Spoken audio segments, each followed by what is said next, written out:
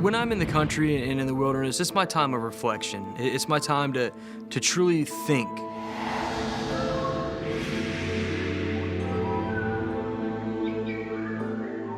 I like to hear the sounds of nature, you know, and no cell phones or anything like that.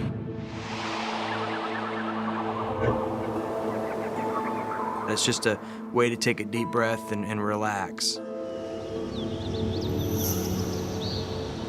I felt very comfortable and completely safe outdoors and in the woods. It was Saturday after Thanksgiving, November 25th, 2006. It was right after Thanksgiving, so everybody was getting ready for Christmas. It was a warm day. I would say high 70s, low 80s, and just a pretty beautiful day. Had a lot on my mind and thought, you know, I'd really love to go on a hike, and I'd really love to get outdoors. It was a jam-packed year. My career was really lifting off at that time.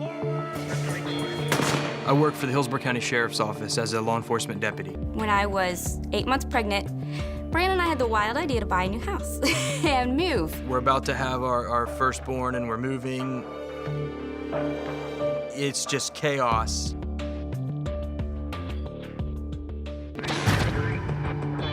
Brandon was thrilled beyond belief to have a child, and he couldn't wait to have a child. But we were both busy.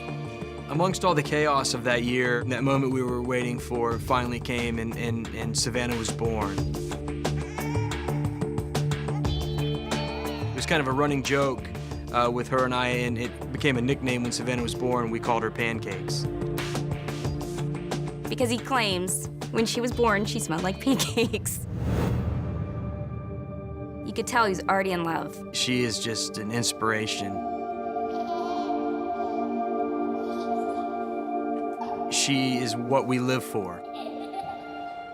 I consider myself a little bit of a control freak. He likes order in his world.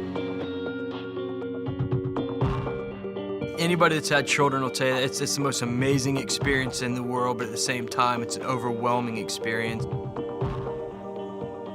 Here we had this small newborn baby in our house that's still in boxes, and it was stressful.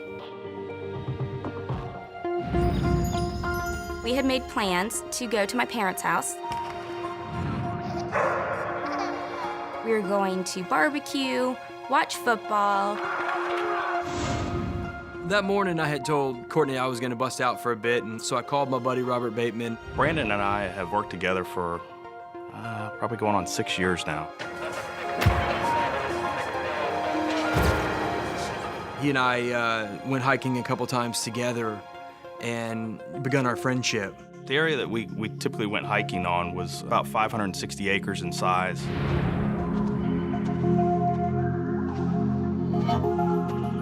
On that property, you don't hear anything but nature.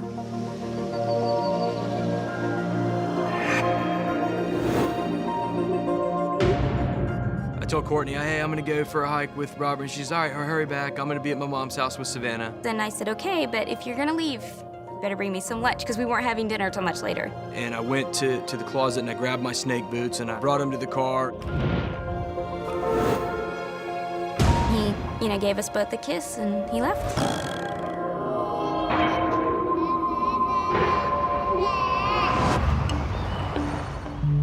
The skies were clear. It was one of those days that was just a perfect day for hiking.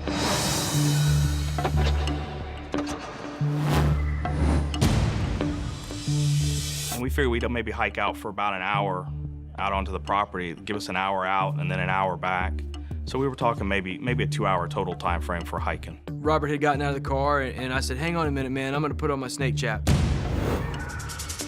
I'm familiar with just about every species of reptiles and the wildlife that's here and the dangers of those wildlife.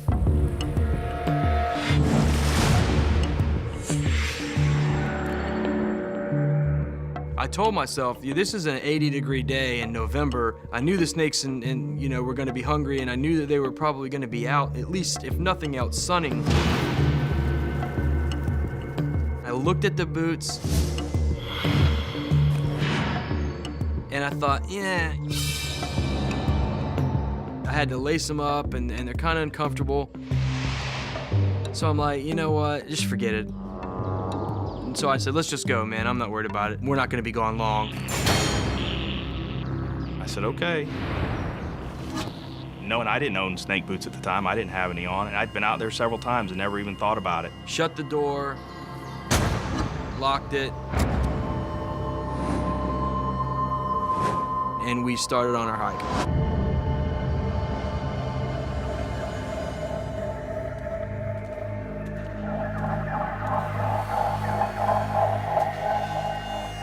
We thought that would be the start of a good day.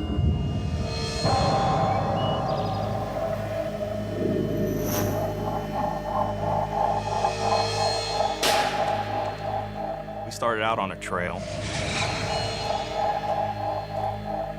that was a well beaten down trail that had been traveled before. I remember we started down that trail and Brandon was a little bit nervous about getting lost. And he stopped to mark where we'd started. Curiosity got the best of us, and we decided we were gonna get off the beaten path and we were gonna walk through the woods a little bit. This particular set of woods was so thick, you're really kind of having to concentrate.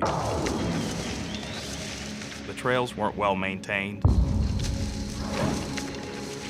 I would say that we were not prepared for that hike at all. Robert and I had walked in approximately a mile.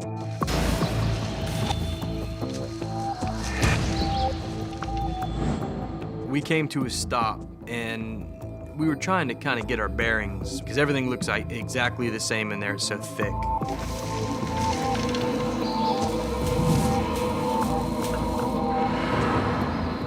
I thought we needed to go one way, and Robert kind of thought we needed to go a different way. The terrain out there is a little bit on the difficult side. I'm not going to admit that we were lost, but we were slightly turned around.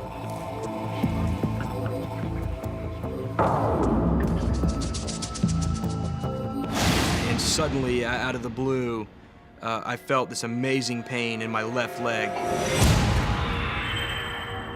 And it almost knocked me off my feet. It hit so hard. It was just a real loud thud.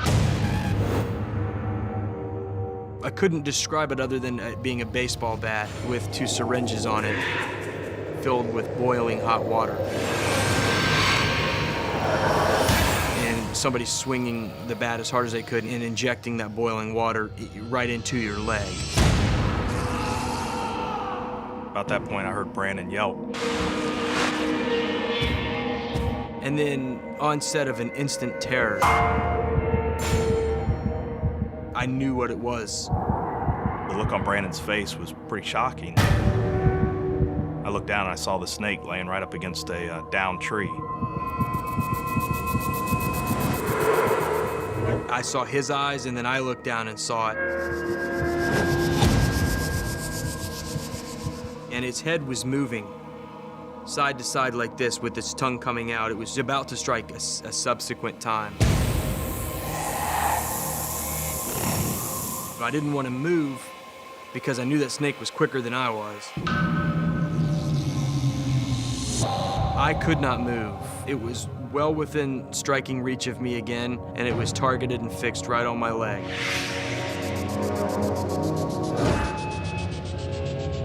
The look in his face, I mean, it was just almost pure shock, frozen. I remember yelling, I said, "This is bad. This is really bad." And then I immediately looked at that snake thinking, this thing is just about to cause me a whole lot of problems. And man, I had no idea.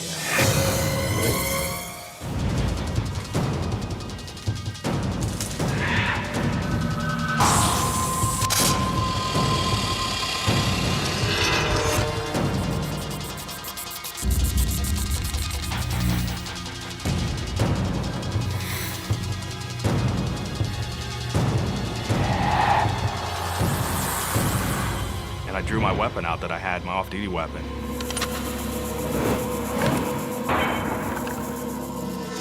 One shot is all it took. Snake dropped straight to the ground, the rattle stopped rattling, and Brandon says, "I know exactly what it is, let's go." I can remember very distinctly my hands and my face instantaneously started tingling. And I knew that that was a telltale sign that I was envenomated. He was already starting to turn pale. I knew that I was going to progressively get worse, and I knew I needed to get anti-venom. I thought that I would actually be able to walk slowly and calmly all the way to the truck.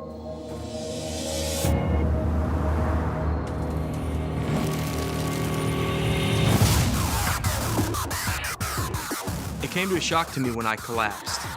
I told Brandon, I said, you know, you need to get up. We need to keep going. And I knew something's not right. I should be able to get up, but I couldn't. I told him, I said, well, let's carry you out. Let's, I'll carry you. Brandon's a big guy. You're just not going to pick him up and carry him. I think I was kind of starting to lose it a little more than Brandon was. I had no experience whatsoever dealing with snakes or snake bites. We were in some serious trouble. I dialed an internal number that we have.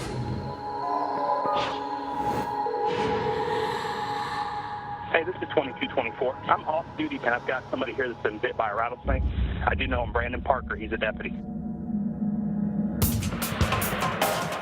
There were 2 distinct fang marks. And it was actually squirting blood with each heartbeat. So that led me to believe that it was in some type of artery or a vein that I might have been hit in. I could literally feel the venom everywhere it went. I could feel it as it was coming up my leg. I could feel it as it was coming into my hips. I could feel it as it was going into my stomach. And that's when we put the constrictive belt on, not a tourniquet, but just a belt to try to constrict it a little bit. I couldn't really sit up. All I wanted to do was lay back. So I just put my legs behind him and propped him up the whole time. No matter what you do, no matter how hard you try, you feel helpless, totally helpless. I said, I'll call dispatch again. I told him, I said, hey, I need you out here now. Hello? Hey, Robert. Brandon's pretty much out. I think he's lost, pretty much losing his breathing. I need EMS, I need helicopter, I need any deputy, I need somebody here now. We were at my parents' house, and we were mostly in the living room watching the game. I think my mom was the first one to look at the clock and say, isn't Brandon supposed to be here by now?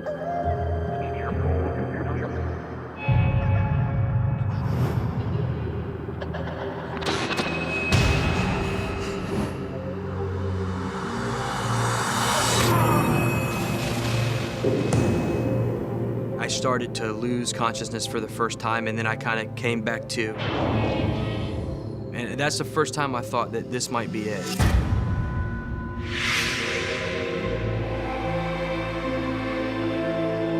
So my idea of survival was, as long as I'm awake, I'm not dead. I said, Robert, do not let me fall asleep. Kept telling me, says, don't let me go to sleep. You know, don't let me go to sleep. If I go to sleep, I'm gonna die. Kept telling him just to wake up. Kept slapping him in his head. I know I hit him several times. It was like an eternity.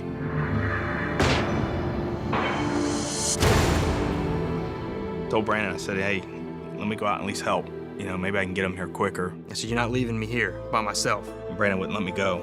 Brandon said, I don't want to die by myself.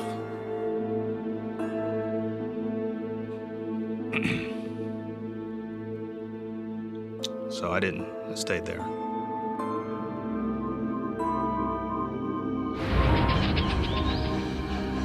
I was fading out. I said a prayer that I said, if this is my time, I'll come to you with open arms. But I'm begging you, don't let it be my time. I need more time with my daughter. I wasn't thinking about my life ending. I was thinking about not being there for her.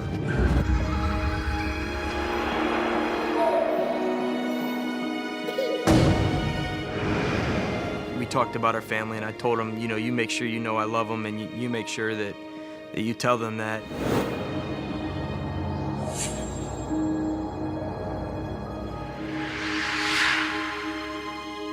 Brandon wanted to relay to me stuff to his wife and daughter. I said, you know, you're going to have that opportunity to tell them yourself, you know, we're going to get out of this. And it just seemed to get worse and worse from there.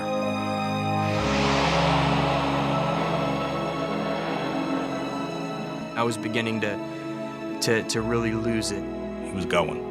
He was on his way out. 69. Hey, 2224 back. Robert Bateman, yes. And he's about ready to go. They may need to airlift him, so they may need to put him on standby, because he is definitely in and out of consciousness at this point. She kept assuring me that help was on the way, but just help wasn't coming quick enough. This guy's got a family and girls. This can't happen to I me. know. It just can't, Michelle. Good. The best to get him there as fast as I can. I know, Michelle. This can't happen to me. I thought a friend of mine just died right here in front of me.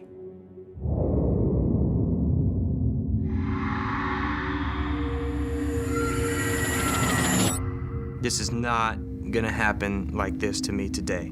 I have a daughter to raise. I have a wife to come home to, Courtney, and I wasn't gonna let that be the end of it. My daughter's nickname came into my mind, and I was doing whatever I could to fight. I was yelling, "Pancakes!" I didn't know whether the venom made it to his brain, and I had no idea about pancake and what that meant at the time. Maybe he was hungry. All I'm listening for is a siren. I want to hear a siren.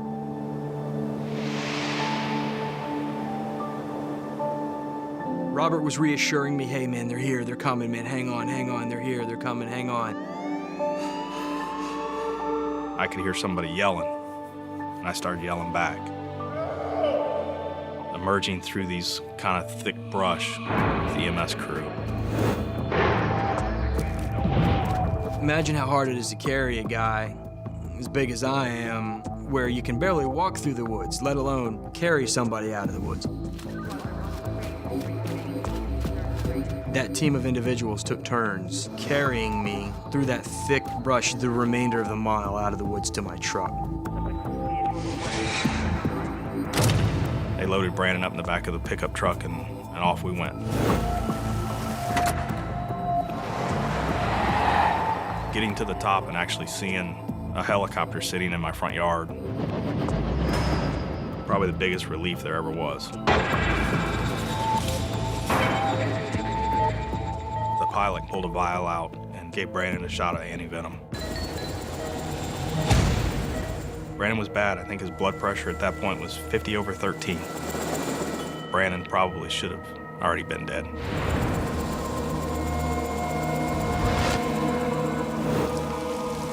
I'll never forget watching that helicopter take off. What were his chances? Is he even still alive? Is he not alive?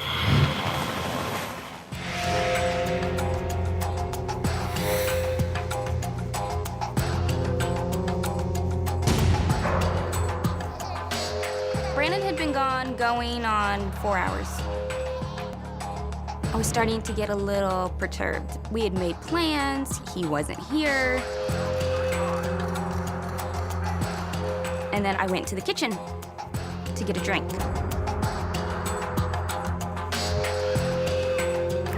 And my phone rang. And my mom picked it up and she said, "Oh, it's Brandon," and handed me the phone.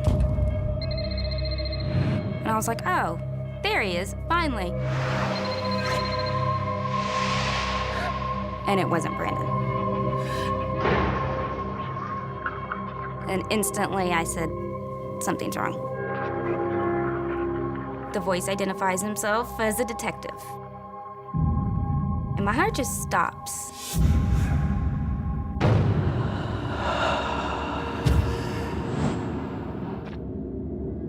And he said he's in critical condition. He's been airlifted. that was it. You know, that's when I just lost it. I'm thinking, was he going to be awake? Was he going to be unconscious? Was he even going to be alive?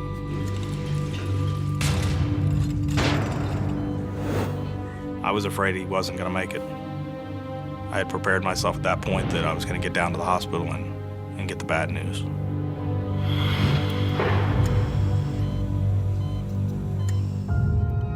The doctors were telling me, we don't know if he's going to make it. We've never seen anything like this before.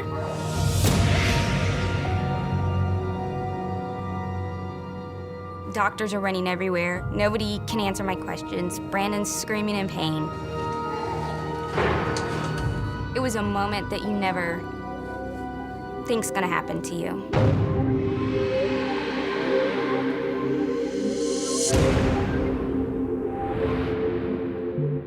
All I could think of is I want to get stabilized so that I can see my friends and family, and more importantly, my wife and child.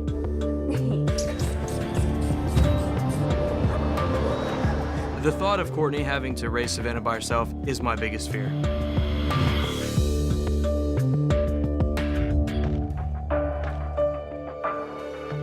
From the start of that day to the end of that day seemed like an eternity.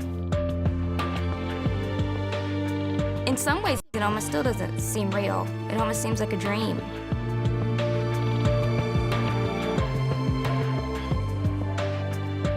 When my vitals finally stabilized, they allowed my wife to come in and see me. At the time, I was in a very vulnerable position where I couldn't walk, I couldn't move. The anti-venom had serious effects on me, making me vomit and things like that. I didn't want my wife to see me like that. Courtney came out and said, "Robert, Brandon wants to see you." He says, "You know, you saved my life," and I said, "No, Brandon." I said, "You saved your own life." I was in the hospital for a total of 17 days. I had to have 30 vials of anti-venom, give or take. I had to have several blood transfusions. The recovery was harder than anything I've ever been through. After 3 weeks, they finally allowed Brandon to come home. The first time I saw Savannah, I was overwhelmed. It's just hard to look at her and know that you almost left the person you love the most. I am truly grateful that I was able to fight through this and to have a second chance, so to speak, so that I can be here for my daughter, Savannah. Watch this. I see a Kit Kat. If there's one person responsible for my life on this earth, it would have to be Savannah, because she made me fight through that.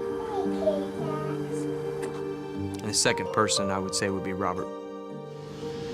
Brandon managed to stay alive in those woods just because of who Brandon really is. He says I saved his life. He calls me his hero, but he'd do the same for me. You always hear the expression, life is fragile, but it doesn't hit home, you know, until something like this happens. And then you realize, wow, it could be gone. Everything could be gone. What do you feed the kitty cat? And it's just the biggest blessing of my life to watch her grow each day, and I'm thankful for that. You got on daddy's boots. Her hands are rips. If I did not have Savannah in my life at that point, I think that I probably would have died in those woods. She gave me enough fighting inspiration to make it through it. I want to be there for Savannah like she was for me that day.